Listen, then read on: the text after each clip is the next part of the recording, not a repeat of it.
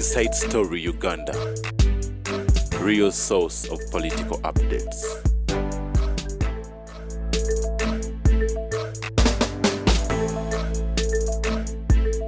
Obuyinza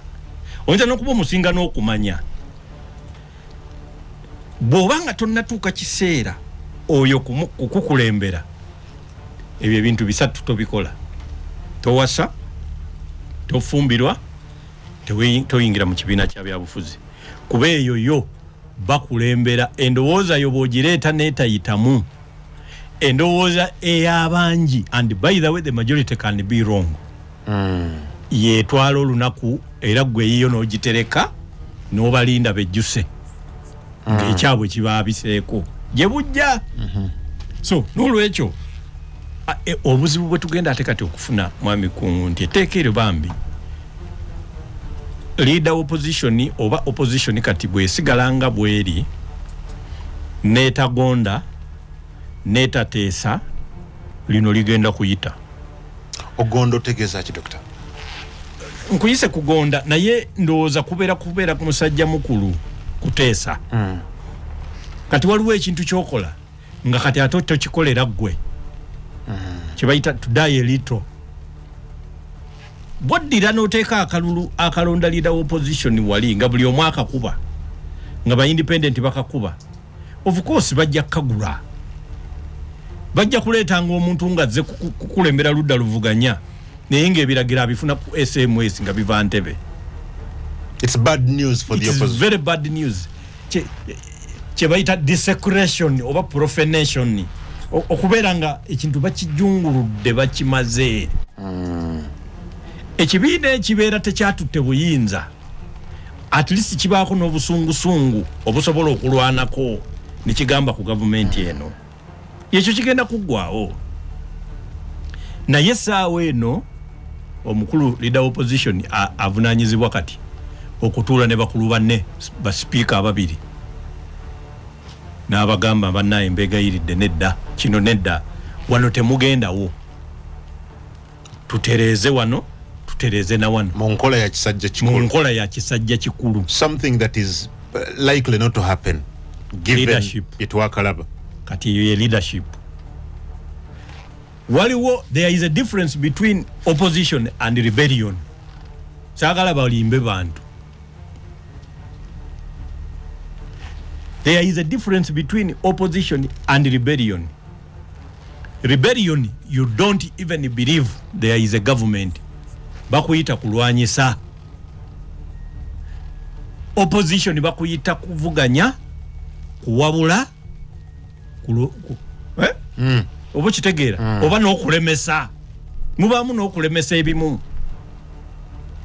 naye nga muli mu kisaawe kyekimu mwe muzannyira. Rebellion gw'olina okukyusa location nga wooli toyagala bamanyeewo, era nabo batandika okubanga tebaagala ggwe otegeere we bali, kubanga asanga munne, era bwe baba bakuyingiza katugeze mwami Kungu njagala okutwala mu lutalo lw'omu nsiko, sikuyita ne nkugamba jja tugende naye nkupima nga Kungu ono mugezi, ono ajja kusobola, ono ajja kusobola wano, ajja kusobola wano, naye kiki ekimutawaanya nti musajja ali ambitious nti nzija ne gamba naye omanyi mwami Kungu te bw'ofuna vacation ye bayaddi nti yebweti lwaki titugenda wano e Congo, kubanga omalaba vacation yo bwe tugenda e Congo n'okola consultancy for only 1 month, ojja kuva eyo nga wano onoonya abaana babulooka bakuguza ttaka wano mu kibuga, ositule ekizimbe okiteekaawo okomewo okola emirimu gyo. Nti kale abasajja tugenda kulinnya nnyonyi ti tugende wali ku gundi nga tulinnya emmotoka nungi nnyo, nga tutuuka wali ekijja ne balola nga tugikyusa nga tutuula mu loole. Akati bwe tumala okusala bwe tuti ensalo n'enkutunuzaamu emmundu nenkugamba tugenda kwetendeka tukoma bwe mmala okutendeka emyezi 9 oba 6 nenkukwasa emmundu gala ate yabakabakawo yakuwonya kuba jjukira kati gye wava bakunoonya oli muyekera kati ate olwo obeera wanneegaseeko dda woviira waliwo nawona mu siasa gye tukuyisizaamu emyezi 6 leki obeera oyina sensitization yemala gwokubeera nga kakati otegedde ne kyetulwanirira so omuntu okumutwala mu nsiko tebamuyita nti jatugende naye waliwo gwe basobola otwala nga bakututte mu mbeera bwetyo njagala okutegeeza kino ekya opposition nga bovuganya bakusasula omusaala n'ennaku z'omwezi bazimanyi ze bakusasulirako era ne ssente ze bakusasudde bakimanyi oba ssente enfu oba nnamu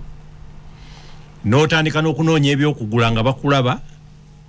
bakuwa ne kyayi ow'okunywa ku makya bakusindika n'ebweru si nsonga ensi gy'ogenzeemu oba erwanagana ne Uganda oba terwana awo obeera ku ludda luvuganya tobeera mu lutalo era omuntu yenna kasita okizuula nti toli mu lutalo kakati saawa eno ogenda kulwanirira mukulu leader opposition twagala kati alwanirira opposition ku nsonga eno togenda kugirwanirira ng'ogiwakanya kuba toyina namba emala girwanirire ng'oteesa era bw'otaateesa era tujja kumanya tewagirwaniridde naye abatamanyi bo mujja kukolayokko ebyobufuzi balabe nti mulwanye naye gavumenti ensibira mu bbwa ekitutte kyetumanyi obulungi nti gavumenti eno buli kimu ekyagala era lumu twaliko mu lukuŋŋaana mu Amerika minisita omu n'ayogera nga tumaze okwogera ne minisita yatwewuunyisa era yewuunyisa ne bambasada n'abasajja abakulu kubanga ye bwe yajja okwogera ng'alaba batuwadde ne standing ovation twogedde bulungi n'agamba the problem with the opposition in Uganda is that they even want power kakati nga yalabira ddala ffe tulina kubanga tetulina na buyinza tulina kubanga twagala kubeera buludda luvuganya naye kati ekimwewuunyisa ate n'obuyinza tubukola ki mubwagala eyo ye mentality ya NRM n'olwekyo bw'obanga okwatagana nayo tegeera nti ekyo mu mpaka ekituukiriza lweyina enamba emala mu palamenti okukola kyeyagala naye naawe olina okuba n'amagezi agamala okufuna kyoyagala nga toyina namba sitwagala mutulimbe nti buli kintu kyamaanyi Makerere nze bwe nali guild president nakozesanga ebigambo bibiri ekigambo force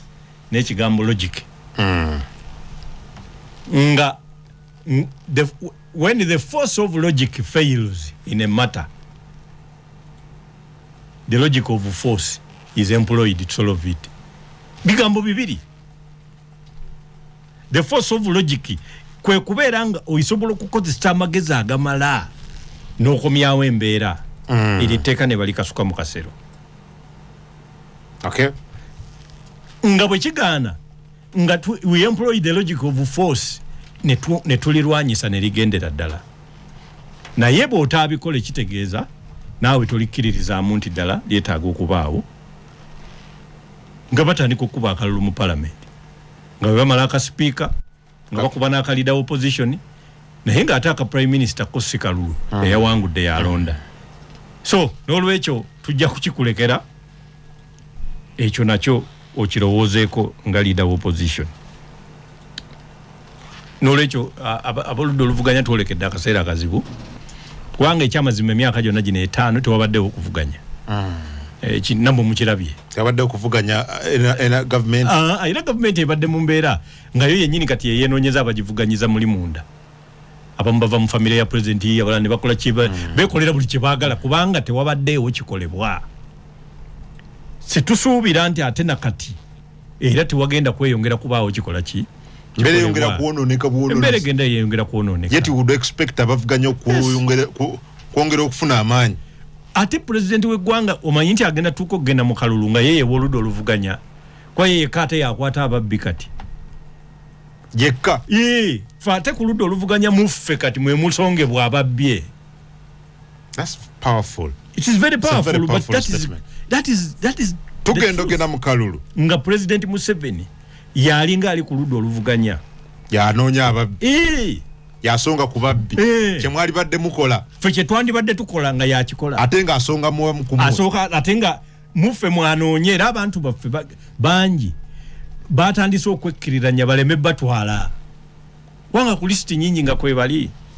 bali ku bunkenke batula matiritiri wasaawa yonna so n'olwekyo gino emyaka 5 gifudde naye temwimalaawo kintu mukoleeyo ekitonotono Do you see that really being feasible, Honorable Nga? Tulaba semblance ey'obutakwatagana wakati wa leader wa opposition obuli awo n'obukulembeze wa parliament enfunda nnyingi nga Joe Ssenyonya avagamba speaker wa parliament kino na kiri nze temumpita mu commission n'ebirala olowooza embeera ya kisajja kikulu gy'oyogeddeko egamba nti kaakati let me be sober enough ensonga eno ngikwate mu ngeri ya kisajja kikulu for the good of the opposition. Kakati eyo teeka kyayina okukola no option okujjako ng'agamba nti ate yeetadde mu kiri kye nakugambye nti yeetadde kukuwasa ng'ate tayagala kunnyonnyola gy'ali. Omusajja omufumu tosobola kujjako ssimu ennaku bbiri tikitoboka kujja ng'osoose kunnyonnyola batekukuba nga bamanyi nti ejja kuvaako oba wooli. Tobeera nga bano abasajja bedda be bagambanga nti omukyala amanyi omusajja gy'ali nga yeekakasa bulungi nti gy'ali ye namwandu. Kakati abo basajja bedda kubanga ye aba amanyi nti omusajja we bamuziika wano si bwe kiba. Ensi awo yavaawo tuli mu mulembe gwa 2024. Abantu abatayina atanazaalayo na mwana bajenize olaba nabo kati bagamba nti omusolo mungi kakitegeeza baguwa ate nga tebannaba kufuna responsibility naye banabo gubanyize ne bataluka n'okulinnya ku street kitegeeza generation eno yanjawulomu. So kino avunaanyizibwa Mwami Ssennyonyi okukikolako. Well, Deputy President Museveni eggulu leero ayogeddeko olaba kinuliranga campaigns yatandise kunoonya kalulu era nti ne kino n'enteekateeka zino zonna avaat some people say nazo zireka zaali ngenderereza kutandika kalulu kubanga Mwami Museveni ayogedde ebintu bingi nnyo ku nguudo abeeyo bamusabye abaka wano amakubo mafu kino compensation n'ebirala era n'ayita baminisita abavunaanyizibwa balaga wano munnyonnyole abantu bakirabanga omukulu akozesezza opportunity eno kunoonya akalulu. Kakati ate amamenye etteeka ki njagala ombulire Mwami Kungu kiki ekyagaanye omanyi problemu yaffe opposition bwegamba nti tuboycottinze ate tereeta because boycott is a process. It must be a process that is the equivalent to abeetabyemu in terms of results. Bw'ogamba nti nno titujja kubyetabamu oteekeddwa okuteekateeka gwe byogenda okwetabamu nga bimalawo results z'abali abeetabye mu kiri oba kitegeera. Kati katugeze nti okulonda kugenda kubaayo 2026 kasita ogamba nti kulimu okubba si kwa mazima si kwa kino sijja kukwetabamu oteekeddwa okubaawo nekyogenda okukola ekijjawo obuwanguzi bw'oli. Wateekeddwa okubaawo kyokola. Kati saawa eno nze neewuunya abeekalakaasa baali baagala kuyingira palamenti naye nga teyingirikika. Kati palamenti etuula mu kisaawe tewali yategese kubalumba kugamba nze waliwo ebintu ebineewuunyisa. Abeekalakaasa baali baagala kuyingira palamenti bajjeko sipiika apaliwa abategeera ku bino byonna ebyabaddewo abagambanga nti adita out naye palamenti teyingirikika eriko bigeeti biyitirirwa abakuumi naye kati eri mu kisaawe oyinza n'okutwala tenti. Lwaki tebaakoze ebyo? Because bw'ogamba nti tetujja kgenda kolayo ebiremesa kyekikugaana okugenda n'okunga ebyalo eggulu ate yo terisi ababaka baayo bo beekutte ekiraga mutugjeeko akajanja. Now that is one symptom of failure because oteekeddwa okuba nga waba mobilizinze because abantu bano bateekeddwa okutegeera ensonga eyo nga be bakulembera nga bo tebannabana kugiwulira. Cabinet alone kati cabinet ya Uganda bweyisa ekintu ye ina ebintu ebirala bingi ina police ina amakomera mwesibire ya kiganye ina ki neka kati cabinet ya opposition teina yo ya kuteesa kati mwe muyise ekintu kitegeeza nti oyino kiyisa ate kati mitendera egimatiza banno bakibeeremu kubanga balina interests nyingi ezibatwalayo. Bw'olaba nga speaker wa parliament ye kakati ayagala visibility kuba badde mu biseera bizibu social media mukubi okumutuusa wansi kati ye ayagala kulabikako mu bitundu speaker akolera eri emirimu PR kakati wuyo President Museveni yogambye yayagala kalulu kakati mwe mwagala ki era mwe mukoze ekyo kivuna. That would be the question. Watekeddwa okuba nammwe kye mwagala naye kakati gwe bw'ogamba obugambi nti nze sigenda abagenzayo muli basiru kakati gwe ababo kwotodde notolaka abasiru notolaka abagwagwa notolaka abagezi kati nobeera ne boosigadde nabo ng'omutima gubalumira eri kubanga ne ssente bazaagala kuba ekyamazima ne bw'otuula wano ne bwetuula wano weetuula era babasasula allowances. So nze ekyo doesn't make sense. But about 30 MPs co-opposition badifying the same. Kakati nekiseera kye balimu kati ng'oggyeko n'okubeera nti bagenda kukola parliamentary business basobola otunulira ssente ezo ze bagenda obagabira ne batagenda. Nawulidde n'omu agamba ate by the way mwami Bwanika this time nakkanyiza naye kuba parliament eyo gy'olaba era egenda ezanye n'omupiira era babawo ssente nyingi. Kakati olaba nti otandiseewo omulamwa ogugaana ebintu kati bagenda kulinda balaba oba ogaana emipiira. But that is welfare. Kubanga buli mugenda babawa olwo nawulidde songa olumwe mu leader wa opposition ono laga nti bwe mwali mu kwekalakaasa wano ne mwediimu kuba missing persons a few days later nga mulina okugende was it Rwanda mumipiira gya East Africa nga babawa miliyoni 38 eyo mwasazaamu okwekalakaasa ne mugenda bwe kyatuuka South Sudan before that era mwagere babawa 38 bukadde okusikwonoona. Kakati olaba beefeebezza nnyo nti abantu batandise n'okutunula mu nsawo zaabwe kugamba kuba kwefeebe kakati nze mbidde bompa miliyoni 38 oba ompadde ki kiki naye bwe neefuula atayina abantu batandika okunnengera ng'ezo zinyamba zirina we zintwala nyingi nnyo olunaku lumu nkozesa miliyoni emu mu mafuta kakati bompa 38 so what. Kakati njagala kutegeeza mwami Kungu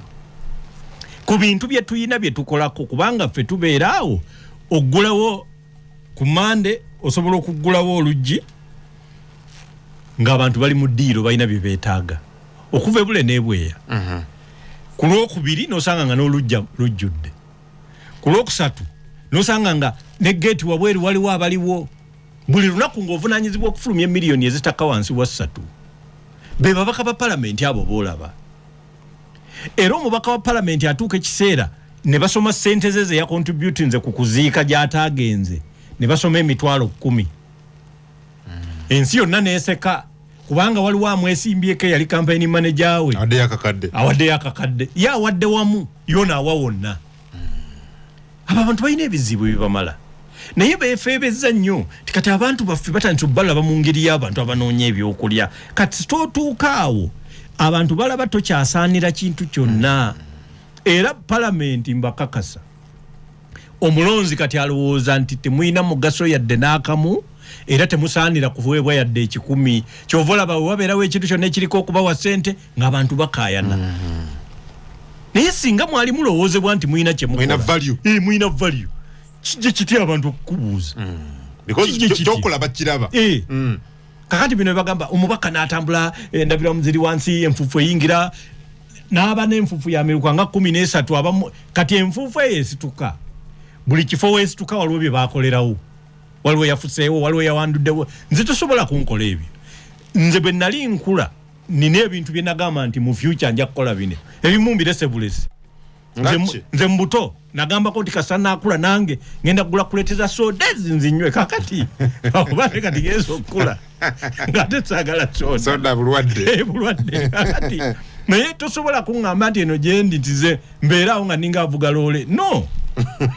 abantu tobalimba abantu bayambe genda gye bali va mu mmotokayo toyina nfuufu obayambe naawe okole ebibayamba baleme kuba nanfuufu simple naye ababaka baatandika okulimba kasita mweyingiza mu bulimba nze nina ababaka basatu be nayogedde nabo nga twekubira ku WhatsApp call kuba sibaddeewo nga bakaaba ng'ayagala ssente zino bali mu kugaba eggulu nekakati abasajja be bakulabayo kati ate omanyi nti bagenda kukwatagana ne sipiika nze sipiika nze munange ntya kalulu naye nkwegayidde nze kino kyoyagala nze siina tabbu naye ffe tukkirize tuzisayininge kakati maiteeyo mabbali bali and speaker akikirize because abakutaddeko akagundi kati olina kukkiriza bukkiriza kakati njagala okutegeeza bayifudde abayaaye naye ng'ate kibadde kisobola okugibwawo olwangambye wano nti he is reliably informed nti honorable Sewungu sente azizizaayo lero ku account because already babatereddeko 1.6 each member of parliament and they also admit allowance, that sitting allowance or something babatereddeko 1.6 kati lero just someone is telling me here that he is reliably informed and this is a credible person nti lero because abantu badde bagamba mwabatagenze sente mwazizizaayo lwaki temuzizaayo nti awo system ejazitemako kati ye Sewungu leero azizizaayo parliament kyeyina okukola ekole system eya form nga ogisayininga busayininzi sente neziddayo bino ebya kamera twawulidde twagambye bajja kubalimba neza covid neza kyoli yavungisa obw'olukumi n'ateekawo ekinakani kinene naganzeera nziganye abamawulire ne baabuka kuzo kwennyini nawaako n'abamawulire abamu kakati ezo zibazaseeyo ddi tundu gye baatudde value eri practical eri ki oba tewali kati nze ndowooza ekisookera ddala abantu kye balina okumanya nti si kyangu kukola kintu kyanjawulo nga kyanjawulo ku kintu ekikoleddwa okuviira ddala mu 1992 kugamba okuva lwe batandika order in council parliament etuula Kampala paka kati gwokolayo ekintu ekipya si kyangu bantu kukyagalirawo gwe kakati gwe Kenya abusajja bwagenda ne butandika okukola etteeka awo nga bagamba mbu tulekeraawo ffe bannamateeka okwambala gundi okurobinga kwambala lobuzi zaffe abalamuzi nti balekerawo okuteekako wiigi basinia council ne babaristers nabo balekerawo okuteekako ziwiigi mbutulekerawo kwambala flaps butubeerenga nga ordinary all lawyers all over East Africa nitugaana nti wateekeddwa okubaawo ebintu ebikanga ebitufuula nga tuli banjawulo biri traditional byadda bitulekere ebintu byaffe tujooge kakati parliament ya Bungereza eyo gye mulaba House of Commons majorly waliwo n'akantu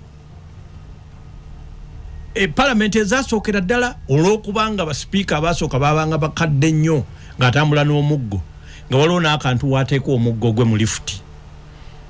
nakati akantu ako weekali naye kati ab'ennaku zo tebamanyi mugaso gwako kuba bo bavubuka si bakadde nnyo nga bali era kyova olaba nze nawa nnyo owekitiibwa Rebecca Kadaga namusiima nnyo okulaba obulabi nti eyo parliament yali eyina ne kye bayinza okugigattako nga yagikyusa nnyo ne bagizimba infrastructure development ne bagiteekako nga bipya ministry ya finance eyo gyolaba ku floor ey'omukaaga lift waliwo lifting gyoyingiramu nga yo teyimirira ku floor ya mukaaga kwokka era ne ku Uganda House lwaki kubanga Dr. Obote yali minister wa finance for security reasons nga lift yeyiye eyina kuviiramu office ye wekola ki weri nakati bwe kiri egenda straight eyo bw'ogiyingira ekoma ku mukaaga tayimirira tesukkawo kati naye yakiteekawo wadda 1960s lwaki nkugamba ebintu bino nti ebintu si byangu kukyusa naye ebintu bwe bajja babikyusa mubikola mutya sensitize musensitinge abantu babitegeere nga bijja abantu babikanyeko nga bijja abantu babyeyagaliremu nga bizze era babitegeere batandike n'okubimiisinga nga bivuddewo kati problemu ya parliament nti yalangirira omulundi gumu tugenda kutuula eno neeno kyokka jjukira ye parliament ebadde mu bizibu nga bagivunaana okwonoona essente kakati awo bannabyabufuzi buli omu n'anoonya nze njogedde ki ekinaawulikika obulungi mu bantu jjukira bonna babadde bali mu bakuba ku social media kati nga buli muntu alina kwagala kulaga mbu abantu ba bulijjo kye banaayagala nange kyengenda okwogera nti kyendiko era kwe kulaba nga baayanguwa okugamba okwonona nsimbi naye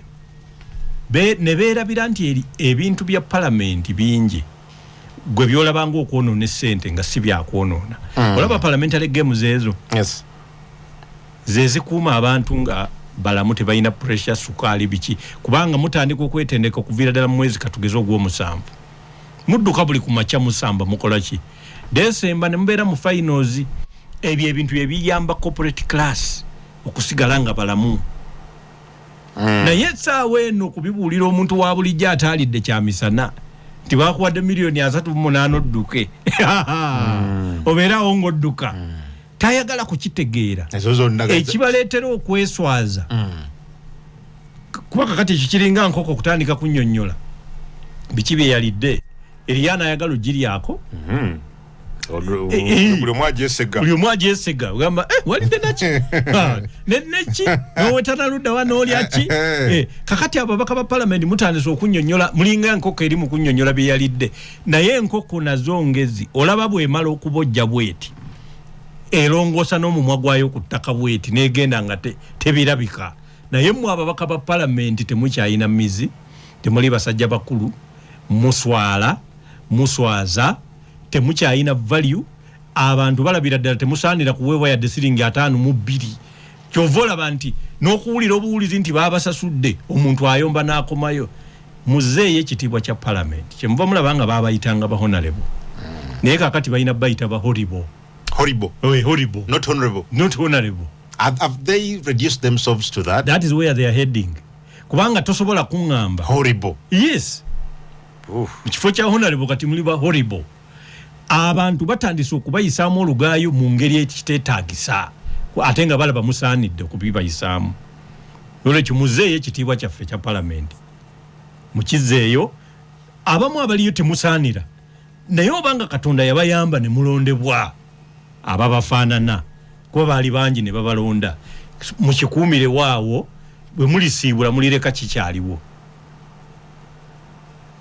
baleke kusiibula nakyo kati ate olw'oluvuuvumu oluliwo lugamba nti bakoleyo palamenti ey'okubiri ng'ensi nga bolaba Japan erina House of Representatives erina ne House of Councillors naye ffe wano tulina abantu abalondebwa okuva ku byalo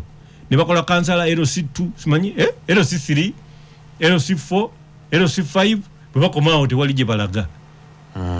ye yandibadde palamenti eno nawabeerawo endala nawabeerawo senate ey'obwongo ng'eyekola ku nsonga enkulu deployment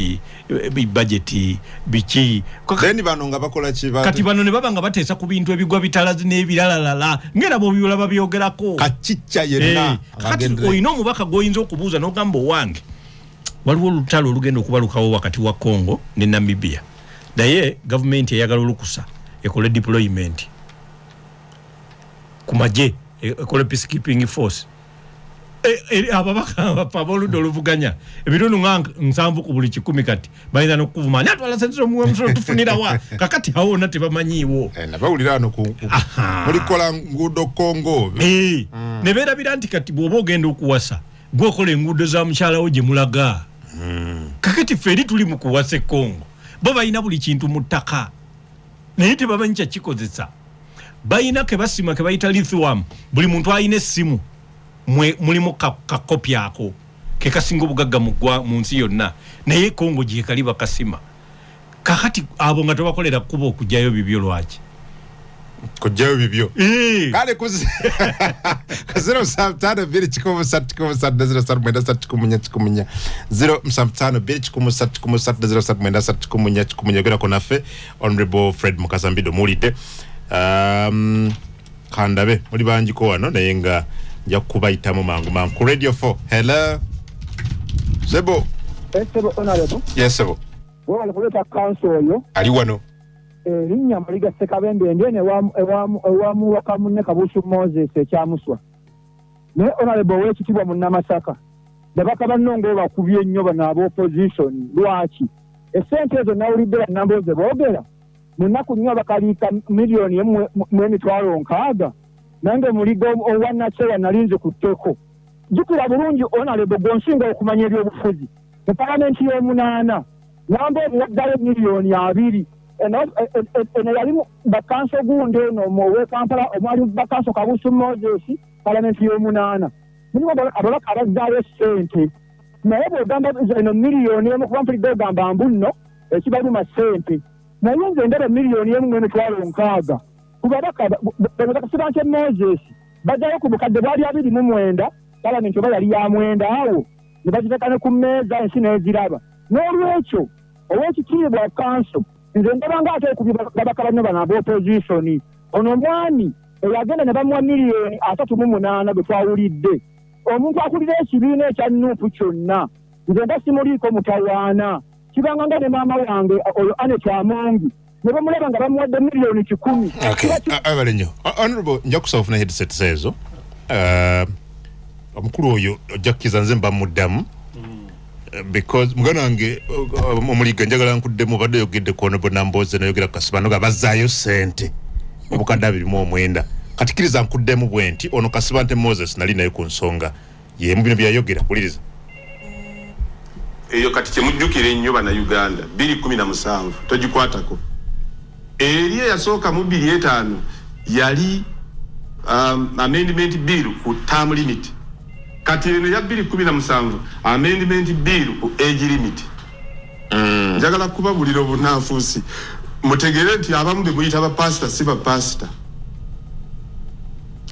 naye bajigiwaze eggwanga lino eribeera excited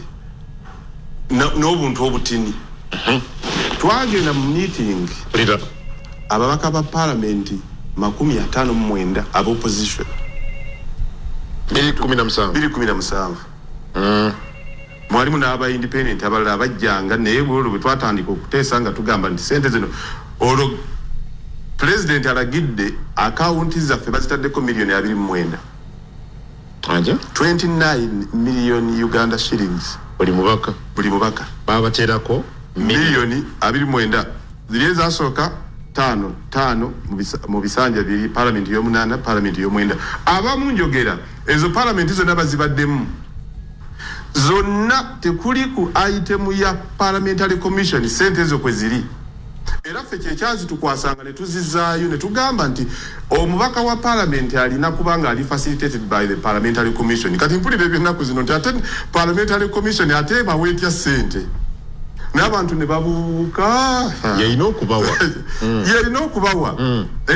kakati nze tosobola kugamba nti abaaliko ababaka babawadde emmotoka neŋŋenda nyuno naye ate ne mujja ne munkwata ne mugaa tumutwale mu kkooti naye ensi esobola okubanga sinjega neega nti aha bamukwate Kasibante yaggyeyo sente ez'emmotoka ezaweddwa ababaka ba palamenti abaaliyo ate nga zaayisibwa ababaka bennyini abamukwata oyinza obbawagira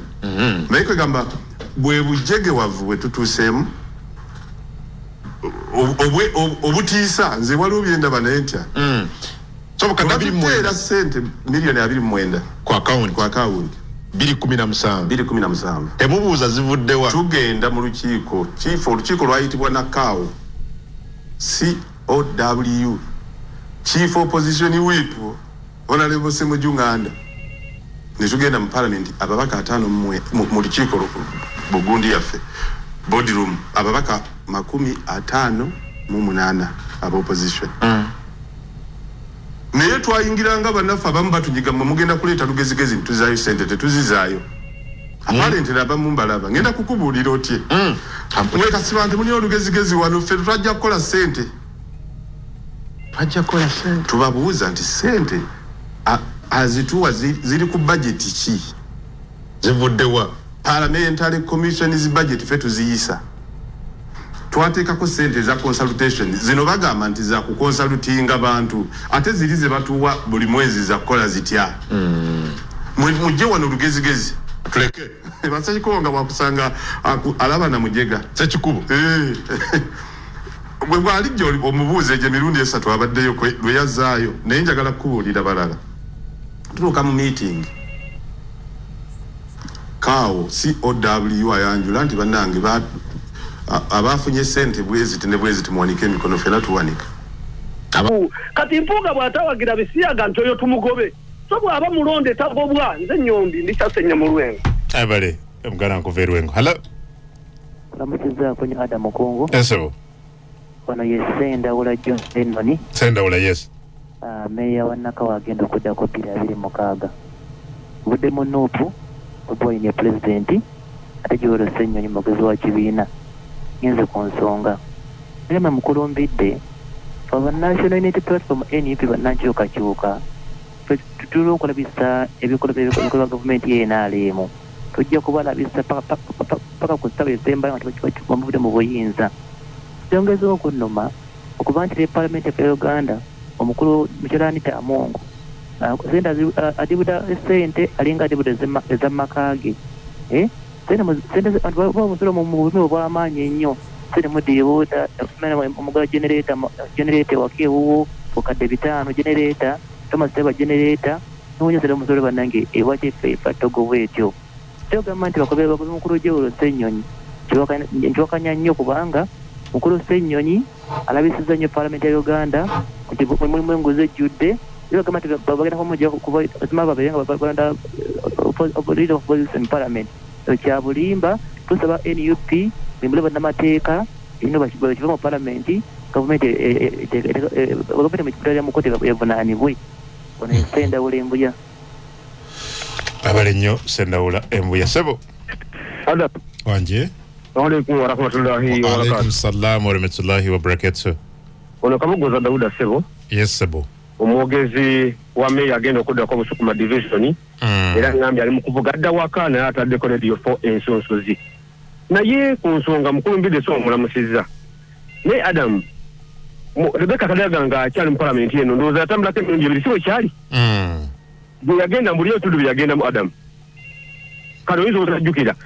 naye ebintu byakyuka mbuli nti oba byakyuka gavumenti eno ekuvuga emyaka 4 mukulu mbire njagala ompulirize nti oba ne waliko mu Paalamenti wenzijukira Paalamenti wali bwe Paalamenti wagiyamba otya kuno obuto olukuluta olugoonya gavumenti bwe otuyambye otya tugambye nti tulema kukola bwe tusobole tusobole okutaataganya gavumenti naye naye bw'onaba nti oli mukamuli kijja kola eyo 4 era n'otematema ensonga nkukkiririzaamu era sikulumba naye njagala okukugamba nti kino kyalese ekitooso Adam Kungu era nti Paalamenti oludda olugobeza gavumenti mbu bagenda mulondera mu Paalamenti ekyo kiteeketeeke mukyekyenenyamu bano ababaka naddala bano opposition temwakoze bulungi kubanga nabadde wakiringamba mwaligenze eggulu ne mugamba nti mulongose kale enguudo zonna naddala bano baloko leaders abawansi ne mukakasa nti kubanga eri amazima twetagayo obuwagizi tetulina buwagizi naye ne baligenze Adam Kungu era omuka gwalibuze olanze nva ku muzindaalo oludda olugombe gavumenti lugezezzaako naye kikyabulamu awangale nnyo Ssaabasajja Kabaka wa Buganda awangale maasomoki hala nkwada Mukungu wanjisaba sebo okweza wana Uganda ku nsonso zikoli munnaye ogyako ne Beni nga lina kisonga eno ayesebo abalonzi bakwesunga 26 balina kifuma okay ebyadala mulambise ensonga naye bano Uganda tulina ekizibu kimu nti bwe twagala omuntu mwagalira ddala naba akoze ensobi eswagitunulamu tosanga kati ebintu bannabyabufuzi ba Uganda ba opposition yakati ebyaddala sente zibafukire sente mutufu bayita sente mu Paalamenti omwo ffe tubeera eno n'obyabulizi nti gula sente bweziti tetulina bujulizi buli awo naye omuntu abudde n'awoyoga nti ayogedde kino eno gwe mugenda naye okuba nti egwe mwagala bannaye tutunuulye abaka be twasindika mu Paalamenti batuuka ebo beeyisiza mu byabwe kubanga abamu baava eno nga baavu beetundako ebintu byabwe batuuka ebo benenule omukulu omugenzi Katobo nekyo kyatugamba nti agenze kulya kitulaze nti Paalamenti ya Uganda nti bagenda kulya ebyaddala naye twebeeremu bannayuganda wala okuweereza abale nnyo sigenda kwongera ku masimu tuddemu abo kakati akugambye nti Paalamenti bwegenze eggulu ebintu bikyuka oba Mukyala Kadaga bwe yagitambuza byakyuka Kakati nange mubuuza nti bwesigala bikyuka. Mu Kampala webadde etuula ebbanga lyonna bikyuka. Byakyuka. So ekintu ky'okukyuka tekiri kuwa weetudde. Okay. Tuddeyo ku mulimu gwa Parliament gweyina okukola. Tubabuuze oba bagukola. Si nsonga oba bagukoledde eggulu oba bagukoledde wa, eyo si ye yali badde ensonga. Era abantu bonna abagifuula ensonga bo bennyini kwegamba bakola nsobi okugifuula ensonga. Kuba si kyensi nsonga. Abantu okubawa ensako ne wano wennyini nga weetudde babawa. Nze kye nandirowooza kye bandibaze nti kakati olwaleero wano bwe baba bamuwa mileage ow'ezzombo ye bamuwa mileage kuba ava wala. Kakati bwetudde eggulu okulinaanayokko balina bwe bakibaze kakati oba tewabaddewo calculation eyo nze ndowooza nti kyewanditunuulidde. Naye wano tuba tumiisinze point. Parliament is not a business entity. Nti ojja gibuuza amagoba geyina okukuwa in money terms. Parliament togisuubira nti bweba yakozeseza sente bweziti katufunye mmeka. Si ye bagibanja. Fe tugibanja biki byeyina okukola mu mirimu gya Parliament gyekola. Kakati omulimu gw'okulabisa si gwa mukulembeze. Manyize mbawulira mwogera nnyo ekintu ekyo. Tulabise ogwo mulimu gwa Fourth Estate. Okulabisa. Mawulire. Gwaba mawulire. Era omukulembeze osobola okukikola naye si gwe gwina okuba omulimu gw'omukulu. Kulabisa. Okulabisa si gugwo. Kati oba olemereddwa just. So n'olwekyo njagala okubategeeza nti waliwo omulimu gwina okukolebwa omukulembeze gwobeera walonda. Era nga wootegerera nti yagukoze ng'oluguudo lwe bassa mu mbalirira y'eggwanga bagenda okusoma endala nga balukoze oba nga waliwo ebyuma ku nguudo ebiraga nti bali mu ddukola. Naye kasita owulira era nalabyeyo n'omubaka akaayana nti oluguudo lwabwe buli mbalirira baluteekamu. Kaakati kitegeeza olwo atandise okukola naye atandise kukolera waabwe nga batuddeyo ayogera bamuwulirireyo. Ekitambuza ebintu nga bino kubiraba. Sensitization. Benchmarking. Kati muba mwagala abantu bennyini babeere nga bafiiringa Parliament kyeki. Parliament kyeki. Gwokimanyi nti abantu balondebwa naye nga ate akalulu bakasaba mu lulimi lwabwe eyo gye bakasaba. Omukyoli akasaba mu lukyoli n'alwogera n'ebisoko byonna naye n'atuuka e Kampala eno nga boogera luzungu mu Parliament official language luzungu nga talumanyi n'asirika emyaka egi 5. Tulina ababaka abasirika emyaka 5 naye nga buli muntu amumanyi erinnya kwabeera ku radio na TV. Gye bamumanyidde. Nite wala ina kiripu mbw ayogererayo eri gye bamutuma. Kati eno tukutumye oyogere ogenda okola ate obuulira ffe ku radio. Obuulira ffe mu ky'okututeeseza. Kati n'ababaka baafukanga presidential advisor ba gavumenti eno kuba babeera ate ku radio ng'ate baadvisinga bantu ko president atawuliriza. Bakenza bakalondebwa. Oyo nno ye kale kuba yajja kukola ebintu bye byabadde ayimba. Dr. Tuwume mbakadekade. N'olwekyo okulabisa si mulimu gwa mukulembeze. Ogwo mulimu gwa mawulire. Era bagiyita Fourth Estate. Omukulembeze omulimu gwe kukulembera kutereeza mbeera z'abantu. Ekyokubiri okusigala wano n'okugenda si bye bikyusa naye kyokola nga member wa Parliament mu Parliament kyekikyusa embeera y'abantu. Si nsonga oba okikoledde wano oba ggulu. N'ebyo nabyo eyo debate mugibuulira abantu bagitegeere. Ekyokusatu wateekeddwa okubaawo kati obukulembeze obulagibwa leadership ku ludda oluvuganya. Enteeseganya zibeerewo kati tuswala nnyo. Tususse okuswala nga ffe nnyini ffe twogera ebikyamu bye twekoledde ate gavumenti eno tugiwadde obuwanguzi so nga ate tumanyi bulungi nti akalulu tekabeeramu mazima na bwenkanyi. Kati tugenda kuswala nga bataddewo akalulu atekewo n'amazima kubanga ajja kulaba nga talina ngeri yenna gy'aluuzinga abireke nga bwe birina okuba. So n'olwekyo nze ndowooza nti bannayuganda tuddeyo ate ababaka ba Parliament muddeyo mwetekeemu ekitiibwa mubeere nga abantu babatunuulira nga abazze okusaba essente okubabalira kati abo babawadde meka kati kitegeeza nti balaba mulimu gwammwe mutandika okulaga omulimu gwammwe abantu tebajja kubabuuza kye mwalidde